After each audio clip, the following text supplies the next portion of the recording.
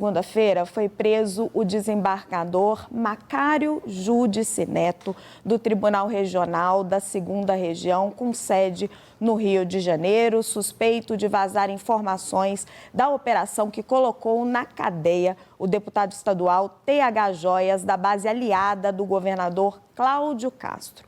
E nós começamos o Poder Expresso com uma história saborosa e comprometedora. Na véspera da operação que prendeu TH Joias, o então presidente da Assembleia do Rio, o deputado Rodrigo Bacelar, do União Brasil, estava jantando com o desembargador no restaurante Churrascaria do Assador, quando enviou mensagens para o deputado avisando da visita da Polícia Federal no dia seguinte. Por isso, a PF suspeita que o próprio magistrado que estava cuidando do caso envolvendo TH Joias é o responsável pelo vazamento. TH Joias, gente, é suspeito de envolvimento com o Comando Vermelho. Bacelar também foi alvo de mandato de buscas e apreensão da PF hoje. Ele também estava preso, suspeito de vazar informações, mas foi solto semana passada por decisão de seus pares na Assembleia Geral do Rio de Janeiro, a Alerj. A defesa de Bacelar, que eu procurei, diz que o deputado não tinha obrigação de sigilo e que não teve acesso aos autos. Nós vamos agora a Brasília conversar com o César Feitosa, porque o ministro Alexandre de Moraes derrubou o sigilo de todo esse processo e tem muitas mensagens trocadas entre o desembargador Macário, preso hoje na operação da polícia, e o ex-presidente da Assembleia, Rodrigo Bacelar. César, é impressionante, porque ali nos relatos, em todas as trocas de mensagens que a PF encontrou, fica muito evidente a relação de estreita proximidade entre o ex-presidente da Assembleia e o magistrado. Exatamente, Raquel. Primeiro, boa tarde, boa estreia para nós aqui no Poder Expresso. Esse sigilo acaba de ser derrubado pelo ministro Alexandre de Moraes, então a gente vai lendo e trazendo as atualizações aqui no jornal durante toda a programação do SBT News.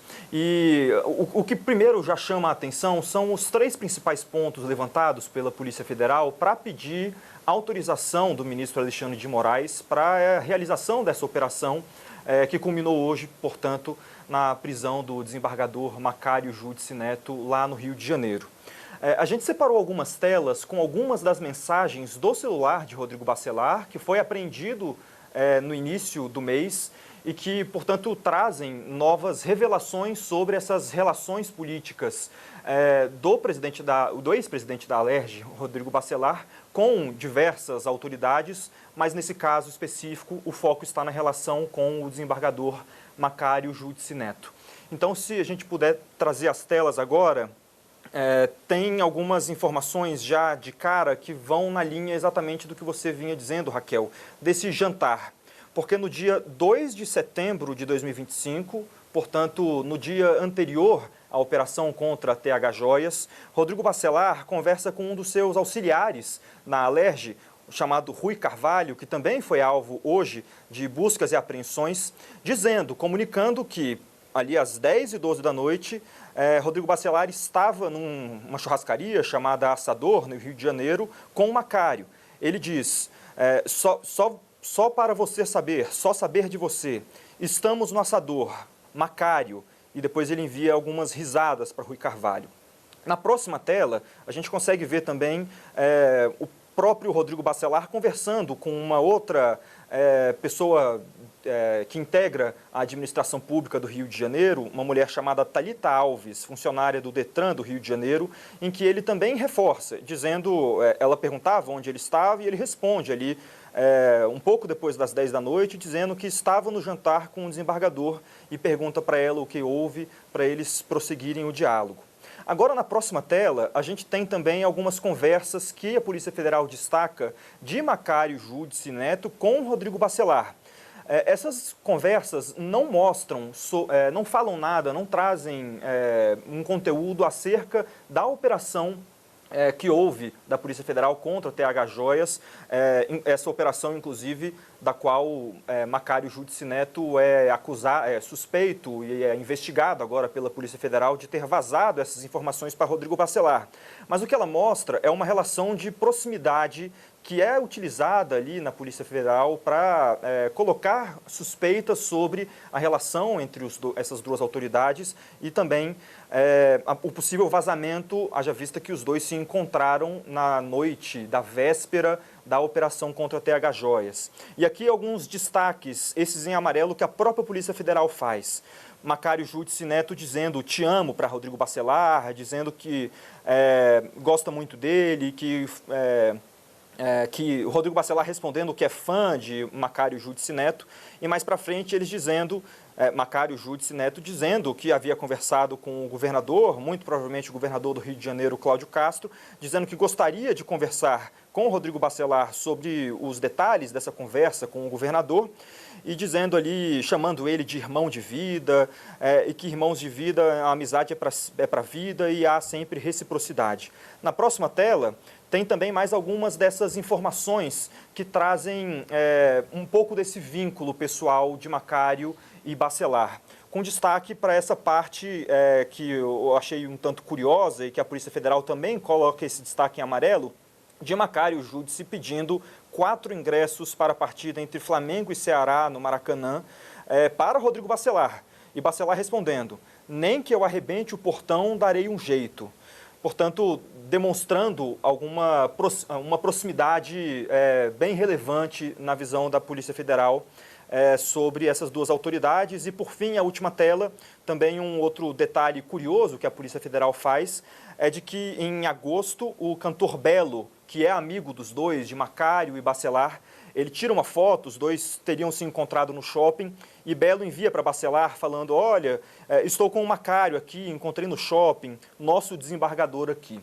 Portanto, essas telas e essas conversas todas para mostrar, para a Polícia Federal mostrar para o Supremo Tribunal Federal de que, na véspera, houve uma conversa entre Bacelar e Macário Júdice em uma churrascaria no Rio de Janeiro, essa churrascaria chamada Assador, e que, portanto, os dois tinham uma relação de proximidade. O fato é que a operação realmente foi vazada para Rodrigo Bacelar e que essas informações serviram para a TH Joias tirar coisas de sua casa e tentar, segundo a Polícia Federal, obstruir as investigações, obstruir a justiça. É isso, César. Muito obrigada por todas essas explicações. O assunto é tão sério, tão grave, que a hora que você chegou, eu nem te dei boas-vindas. Estamos estreando hoje, né, meu querido? Mas para quem está em casa entender, gente, o que a PF faz nessa investigação, e o ministro Alexandre de Moraes trouxe a público hoje, quebrou o sigilo,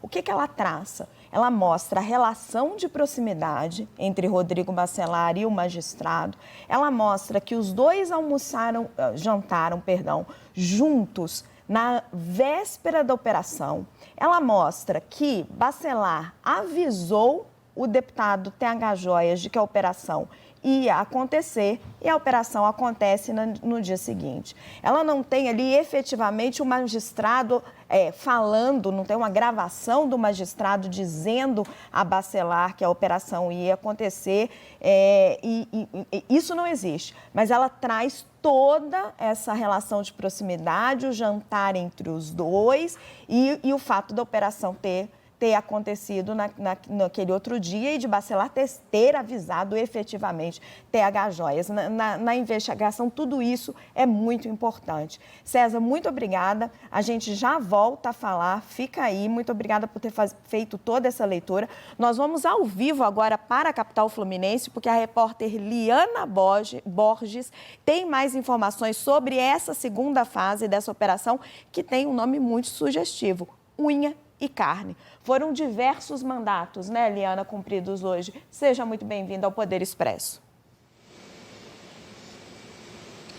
Obrigada, Raquel. Boa tarde a todo mundo que está nos acompanhando aqui no Poder Expresso. Exatamente, a Polícia Federal hoje cumpriu 10 mandados de busca e apreensão e também este mandado de prisão importante contra o magistrado que é apontado como a pessoa, a figura responsável por dar as informações privilegiadas ao TH Joias, por intermédio do então presidente da Alerj, Rodrigo Bacelar.